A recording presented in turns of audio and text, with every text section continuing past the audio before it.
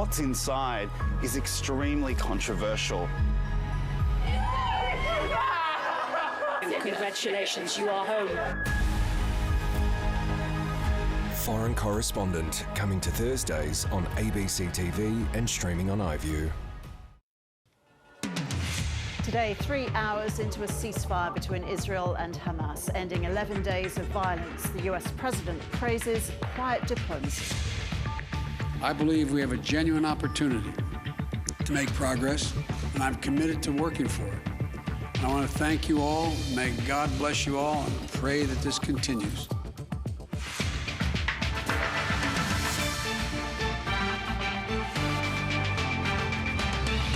Also ahead, thousands of students gather to demand the government take stronger action on climate change. NT Health rejects claims the new medical director of Howard Springs breached infection controls. And Prince Harry and William condemn the BBC after an inquiry lashed the broadcaster and journalist behind a deceitful Diana interview.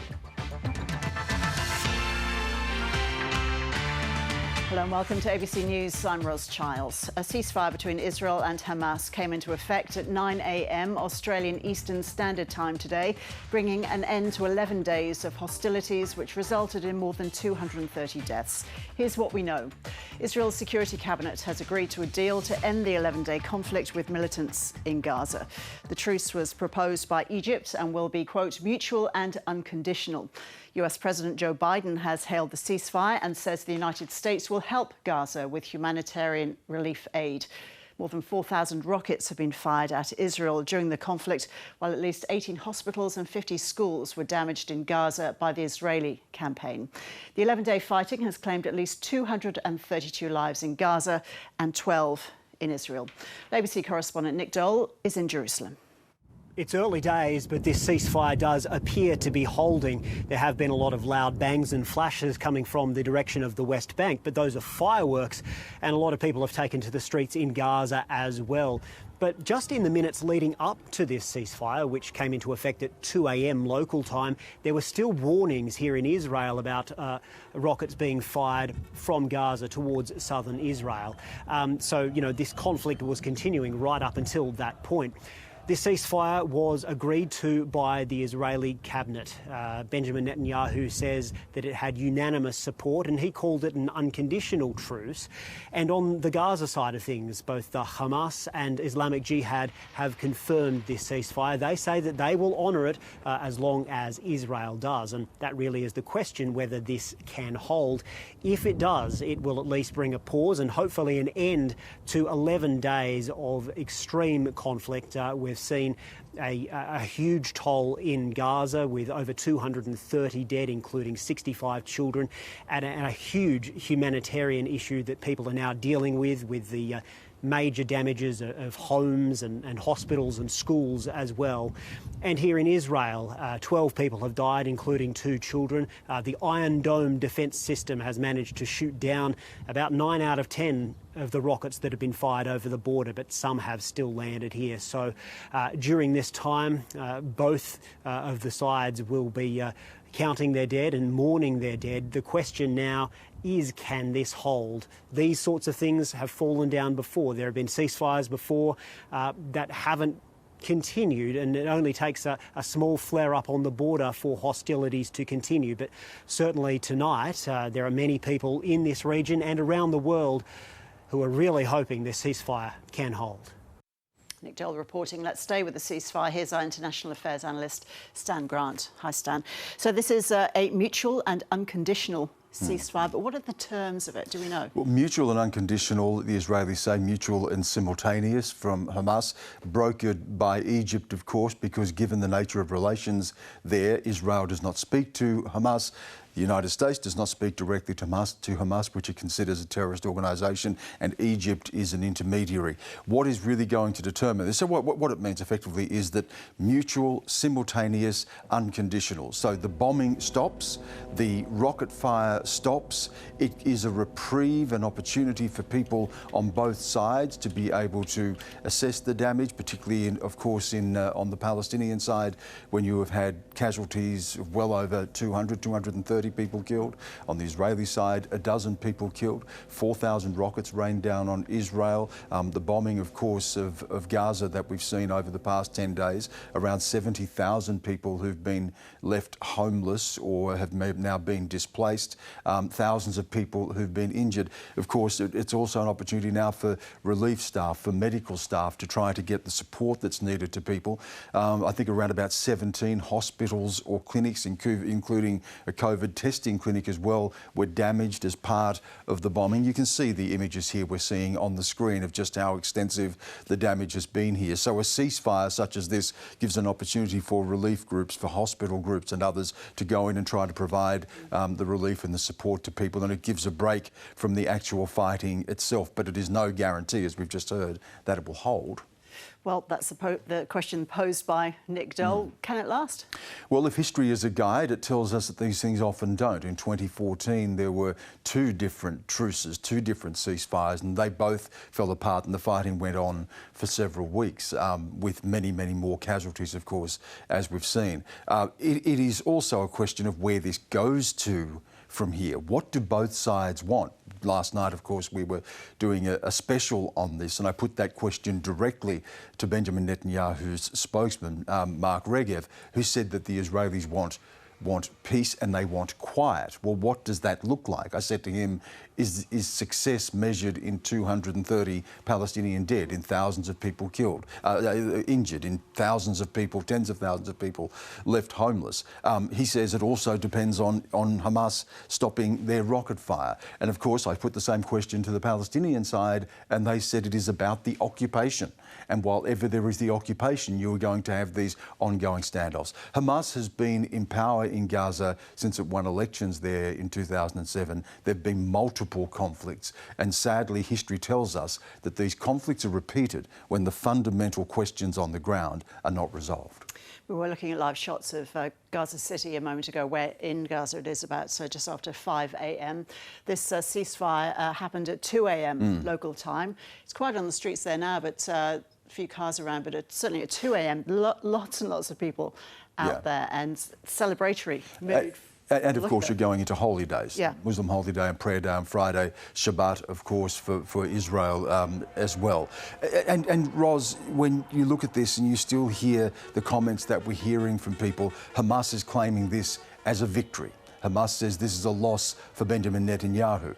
After each of these conflicts, Hamas emerges more popular amongst its own people. You can see there the images of people cheering, people celebrating, and Hamas claiming this as a victory. On the other side, we've had 4 inconclusive elections in recent times in Israel.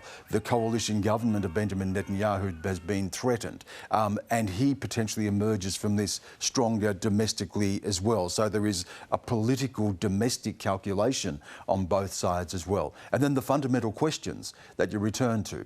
What does a permanent settlement look like? Can a 2-state solution work? Where are the borders of those 2 states? What about the questions of the settlements? What about the questions of the holy sites? Who owns Jerusalem? The rights of return of refugees? These are the issues that these negotiations have historically always founded upon. You spent a lot of time in the region. What's your gut feeling about this? Is it a pause, or is this a line in the sand? Well, what it says is that history tells us that there are these pauses in the past and the fighting resumes. There is another flashpoint. There is another trigger, because these fundamental issues are not resolved. Of course, what is different this time is that we've also seen a lot of civil unrest within Israel, clashes between Israeli Arabs and Jewish people within Israel. There is a strike, a unified strike amongst Palestinians from the West Bank and Gaza. It also reveals weakness within the Palestinian side politically, between Hamas, between the Palestinian Authority.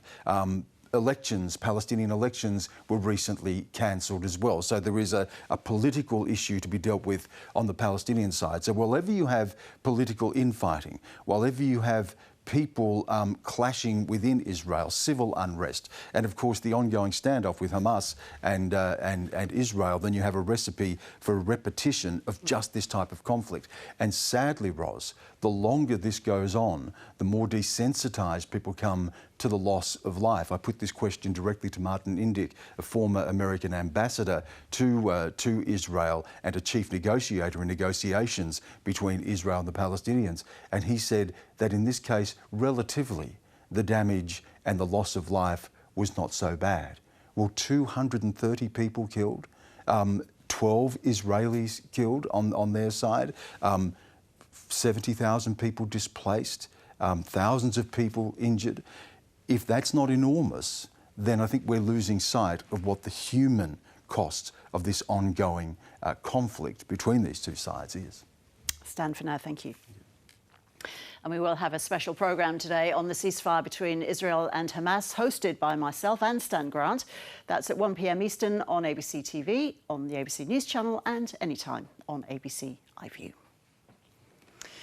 Thousands of students across the country are skipping school today to attend protests to demand stronger action on climate change. We have reporters in Sydney and in Adelaide. First, Gabriella Marchant in Adelaide. How busy is it there, Gabriella? Well, Ros, I'm here in Victoria Square in Adelaide, where organisers say around 1,500 students from around South Australia have gathered. I've got organiser Keisha Baik with me. Keisha, tell me, why are you all here? We're here to demand action from a government that has really been ignoring us for far too long. We need them to start funding our future and not gas. We need them to start investing in renewables. And South Australia's been a bit of a leader in investing in renewable energy.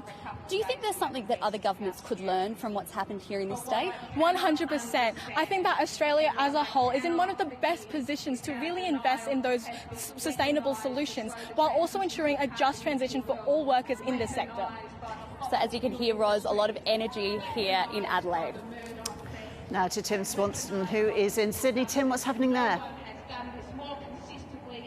Rain be damned, there's probably, I'd say, at least a few thousand school students here. They're making a lot of noise. It's very much a day of protest for these students, and there's also a lot of anger from these students as well. They claim that the federal government, the Morrison government, isn't listening to their demands to achieve essentially net zero emissions within the next few decades, and also to cease the new coal, oil and gas projects. A real issue of contention for many of these students is a recently funded project by the Morrison government in the Hunter Valley, a gas-fired power station, and that's of course generating a lot of anger from these students. We spoke to two just before, and they said that they were, essentially really passionate on this issue, and they wouldn't be silenced. Young people are scared, to be quite honest, about our future because the government isn't providing any sort of real action on climate, and we're not sure what our future is going to look like. We don't know if it's going to be a safe future. So we don't understand the point in working so hard in school when we're graduating to a future which is just going to be full of extreme environmental event after extreme environmental event. And, industries collapsing due to the impacts of climate change, like our energy sector, our tourism, so many different sectors which we're going to be moving into in the future. We don't know what they're going to look like because the government just isn't taking the crisis seriously. So as you can see, there's a lot of passion from those students. We're going to be listening to some speeches here at Town Hall for some time further before we walk to Royal Prince Alfred Park. Tim Swanson in Sydney and Gabriella Marchant in Adelaide. Thank you both. The Prime Minister is promising to invest in new vaccine technology to ensure Australians are getting the best protections from pandemics in the future. But he's warning the investment isn't necessarily going to help the coronavirus vaccine rollout, as health experts urge people over 50 to roll up their sleeves and get the shot. Political reporter Matthew Doran is in Parliament House. Hi, Matthew. So how soon will Australia be able to produce our mRNA vaccines? Well, it's going to be some time yet, Ros, because you can't just buy an mRNA lab off the shelf and switch it on and start mass producing vaccines to the level that you would need to get Australia's coronavirus vaccines flowing much quicker than they currently are. But the Prime Minister is saying that this is the newest form of vaccine technology. It is the vaccine technology of the future, and this pandemic has highlighted the need for Australia to have that manufacturing capability here at home. home rather than relying on imports of the vaccine coming from overseas. Australia does have some vaccine manufacturing capability. If we look at the CSL plant down in Melbourne, that's currently producing the AstraZeneca vaccine, a more traditional style vaccine. But the other coronavirus vaccines that have been rolled out across the world, specifically the Pfizer and Moderna vaccines, use this new type of technology, mRNA technology, to combat the worst effects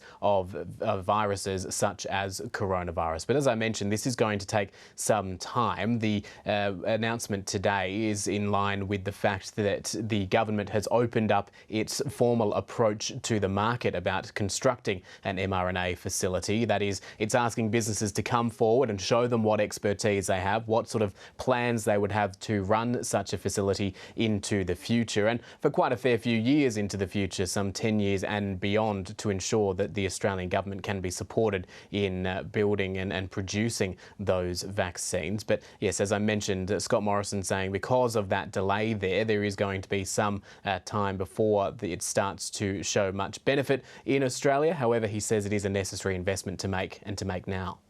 This is not to address any immediate vaccination issues. It is to create a capability, not just for producing vaccines to deal with COVID, but what we've seen with the mRNA vaccines is they are the new technology. They are the new way of doing vaccines around the world. Now, 18 months ago, apart from some trial treatments in HIV, this was largely science fiction. And so this is a very new science. And so we're moving quickly to establish that, not just for now, but for the long term and for many other vaccines that will be done through mRNA. And Matthew, why are health experts worried about the take-up of the vaccine? Well, there's a few elements at play here, Ros. First of all, Australia's social restrictions are quite minimal compared to other countries, and you can only need to look at the situation at the local footy matches or national footy matches at the weekend to see tens of thousands of people pouring into stadiums to see that Australia is getting back to basic normality, despite the fact that coronavirus is still causing serious problems right around the world. On top of that, the number of coronavirus infections in Australia is minuscule compared to countries such as India, which is still struggling with the weight of infections and deaths that are being recorded there. So the health experts are worried that those two sort of elements are breeding a sense of complacency among the general public. There is no sense of urgency building up among those who can go and get the vaccine at the moment. And when you're specifically looking at those who are over the age of 50, who are now eligible to get the AstraZeneca vaccine, the concerns about the side effects from that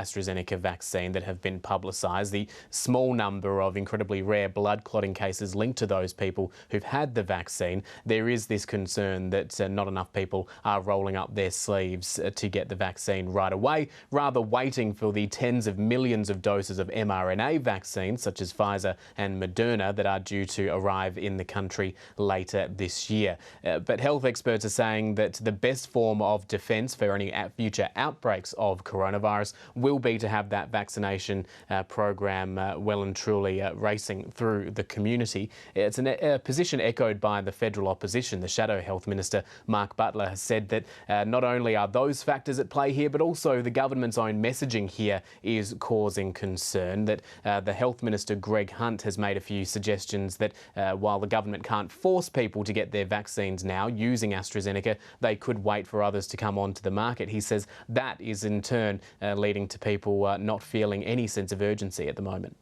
It seemed pretty clear to a range of people that what he was doing was sending a signal to older Australians that they could afford to wait until later in the year when maybe they'd have access to an mRNA vaccine. I mean, that call has been substantially countermanded by the AMA, by the College of GPs, understanding that the best thing for the health of the population is for people to get vaccinated as soon as they possibly can. That's the Shadow Health Minister, Mark Butler, speaking earlier in Sydney. So we will wait to see when those new doses of mRNA vaccines do arrive in the country. They are due to arrive in the latter parts of this year. But whether or not the message gets across to the over 50s demographic to go out there and get the AstraZeneca vaccine now remains to be seen. Ros? Matthew, thank you. The ABC has received allegations that the new medical director of the Howard Springs Quarantine Centre in the Northern Territory breached infection control protocols. Reporter Jane Barden joins us now from Darwin. Hi Jane, so what's alleged to have happened? Well, on Saturday, when the first repatriation flight resumed from India, the Northern Territory government also took over Howard Springs Quarantine Centre from a federal team that had been running it previously. And it's alleged from sources that the new medical director, Di Stevens, helped to receive passengers from that India flight, and that she took passengers onto a golf buggy and brought them to their rooms directly, and that she hadn't maintained a 1.5 metre distance from those passengers, and that then after that shift in the quarantine centre that she then went to work as part of the medical team in the Bass in the Grass music festival, where 14,000 people were attending that festival. And there's a further allegation from sources that when she was driving the golf buggy bringing potentially COVID positive people to rooms in Howard Springs, that she threw a disposable coffee cup at a group of Defence Force members who were standing in the walkway to get them to move out of the way. So what does the NT government say about it? Well, the NT government has said that it investigated the allegation of the golf buggy incident, and it found that a quarantine breach did not occur there, that there wasn't a breach of infection controls. And it's also said in relation to the medical director working first receiving those passengers and then going to work at the music festival, that it doesn't view that as a breach as well. It says that Di Stevens was wearing full PPE during her shift at Howard Springs on Saturday, and that she was also fully vaccinated, and it says that she hasn't breached quarantine controls. However, there is concern among staff that during the changeover from the Northern Territory government taking over that facility from the federal OSMAT team that was running it, that there have been a number of changes in the infection control measures, and there's a worry really that the allegations about this incident are just one of those concerns. Did you manage to speak to Di Stevens herself, Jane? Di Stevens did refuse to do an interview, and the ABC gave her 3 days to do an interview so that she would have plenty of time to respond to these allegations, but she chose not to take that up and just got the Health Department to provide a written response, which we've included in all our reporting. Jane, thanks. Detectives are investigating the death of a baby boy who was pulled unconscious from a bath at a home in Sydney's southwest. Crime reporter Mark Reddy has more. Neighbours say the family had only moved into their dream home here at Oran Park in Sydney's southwest a week ago before they were hit by this tragedy. Emergency services were called to this quiet street just before 5 p.m. yesterday afternoon as they followed up a concern for welfare report. When police and paramedics arrived at the scene, they entered the home and found a 4-month-old baby boy in a pool of water in the bathtub. Next to the bathtub was his 32-year-old mother. CPR was performed on the baby boy here at the scene before he was taken in an ambulance to Campbelltown Hospital, where sadly he died from critical injuries. His 32-year-old mother was arrested at the scene and taken to Narellan Police Station, where she was questioned by detectives for several hours. She has since been transferred to Liverpool Hospital, where she is now undergoing a mental health assessment. Neighbours say they are shocked by the news. I can't bear when I'm thinking about this. It's really very bad. I don't know how to express the feeling. You can't express as a mother. It's really hard to express when this will happen. This happens. It's really hard to express your feelings. It's really heart touching and shocking. Well, the couple also have a baby girl, and we understand she's in the care of the husband. We also know that detectives are still investigating the circumstances surrounding this incident, and no doubt they will be speaking to neighbours on this street later today. The major parties are campaigning on the final day of the crucial Upper Hunter by-election in New South Wales, making their last pitch to voters. Here's reporter Jake Lapham. So, Jake, who's been out and about today? Yeah, good afternoon, Roz. I'm here at the Muswellbrook pre-poll centre. It's been a steady trickle, I would say, throughout the day of people running the gauntlet. As you can see behind me, 22% of voters in this electorate have voted pre-poll, so quite a few eager to turn out and cast their vote. This is the last day of campaigning, and you would know about it because a lot of heavy hitters up here today. John Barilaro, the Deputy Premier, who's been a regular fixture on the campaign trail, and interestingly, Phil Donato, the member for Orange, he's the Shooters, Fishers and Farmers member. He actually flipped the seat of Orange from the Nationals at the 2016 by-election. And in this seat, which the Nationals have held since its inception, the Shooters would need a similar result and flip the seat from the Nationals in order to claim tomorrow's by-election. That is considered unlikely, given the Nationals are going into tomorrow with all the momentum. So what are the main issues of this election, Jake? Yeah, Ros, I've attended a few of the candidates' meetings and forums around the place. For example, hyper-local issues are really what's come up there. For example, in Merriwa, power lines going through local farmland. In places like Singleton, there's a gas pipeline that's been proposed to connect Newcastle to Queensland, and a lot of farm landholders extremely concerned about that. Also, the wider issues, the mining versus agriculture tension that we've been hearing a lot about. Voters are very split on that. Can mining coexist with agriculture? The major parties think they can. Voters have different opinions. I did speak to two voters here at the pre-poll this morning. Let's take a listen.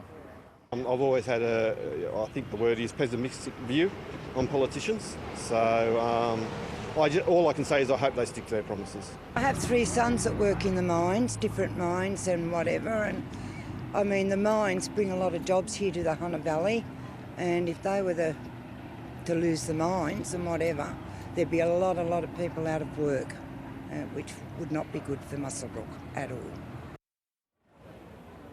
That's a common theme you hear on the streets of Muswellbrook. Even if you don't work in a mine, you know someone who works in a mine, or you own a business that's indirectly impacted by the mines, Ros. And Jake, what makes this poll so important?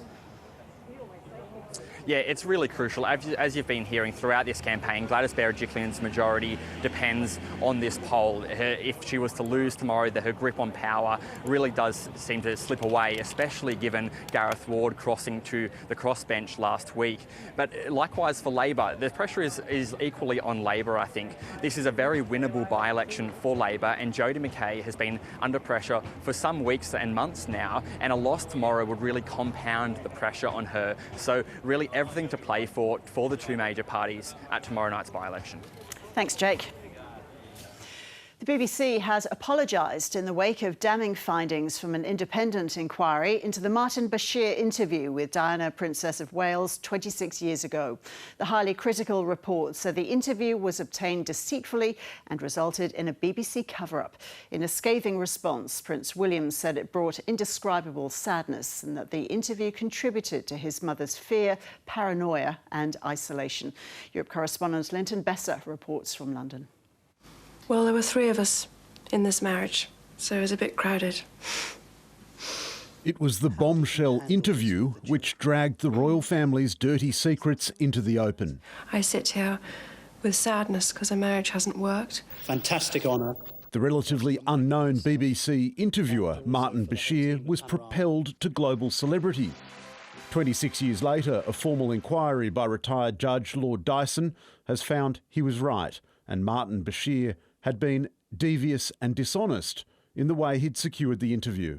BBC employees lied and used fake documents to obtain the interview with my mother, made lurid and false claims about the royal family, which played on her fears and fueled paranoia.